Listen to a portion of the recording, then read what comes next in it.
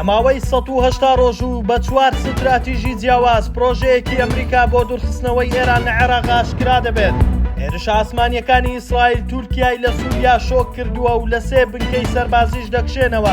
شێوازی ناردنی لیستی موچە و وادەی تەمویلکردنی موچەی مانگی 4 ئاشکرا دەبێت.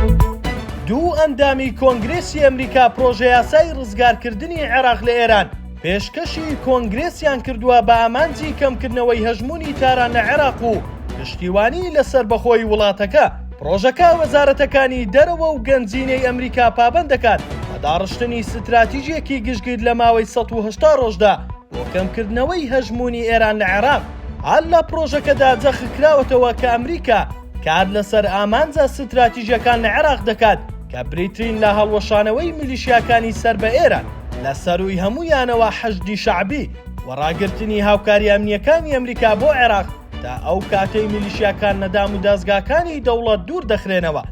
پاڵپشتیکردنی کۆمەڵگەی مەدەنی عێراق و ڕوبەڕووبوونەوەی سەرکوت و پروپاگەندە ئێرانی و بەهێزکردنی چالاکی میدیایی ئەمریکی بۆ ئاشکراکردنی تاوانی گروپە چەکدارەکان.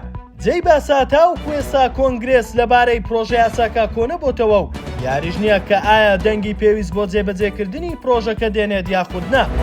بەپێی سەرچاوە ناوخۆیەکانی سووریا دوای هێرشە ئاسمانیەکانی ئیسرائیل بۆ سەر چەند بنکەیەکی سەربازی لە سووریا کە تورکیا پلانی هەبووە هێزی خۆی تێدا جێگیر بکات و ڕاهێنان بەهێزەکانی سووریا بکات. لە ئێستادا بەهۆی ئەو هێرشانەوە تورکیا دووچاری دۆخێکی سەخت بووە و نازانێت چۆن مامەڵە لەگەڵ ڕووداوەکان بکات.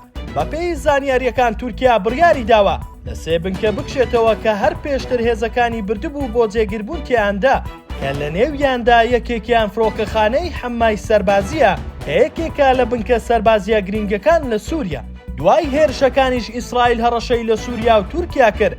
ڕێگەنادات سوپای تورکیا لە خاکی سووریا جێگیر بکرێت و لە حاڵەتی لەو شێوەیە هێرشەکانیان بەردەوام دەبێت. سەمیر هەورامی وتەبێژی جێگیری سەرۆک وەزیرانی هەرێمی کوردستان قوبات تاڵەبانی ڕایگەیان موچەی مانگی 3 هەمان لیستی موچەی مانگی 2 بوو بۆ یەکەمترین گرفتی لەلایەن حکوومەتی عێراقەوە هەبوو. ناوبراوتیشی موچەی مانگی 4ش بە هەمان سیستەمی پەیڕۆڵ هەمان ئەو لیستە دەنێردرێتەوە بۆ وەزارەتی دارایی عێراق. ئەمەش کەمترین کاتی دەوێت بۆ وردبینیکردن دوای ئەوەش دەچێتە بواری تەمویلکردن و لە دوای 20 مانگەوە دەست دەکرێت بە تەمویلکردنی موچە.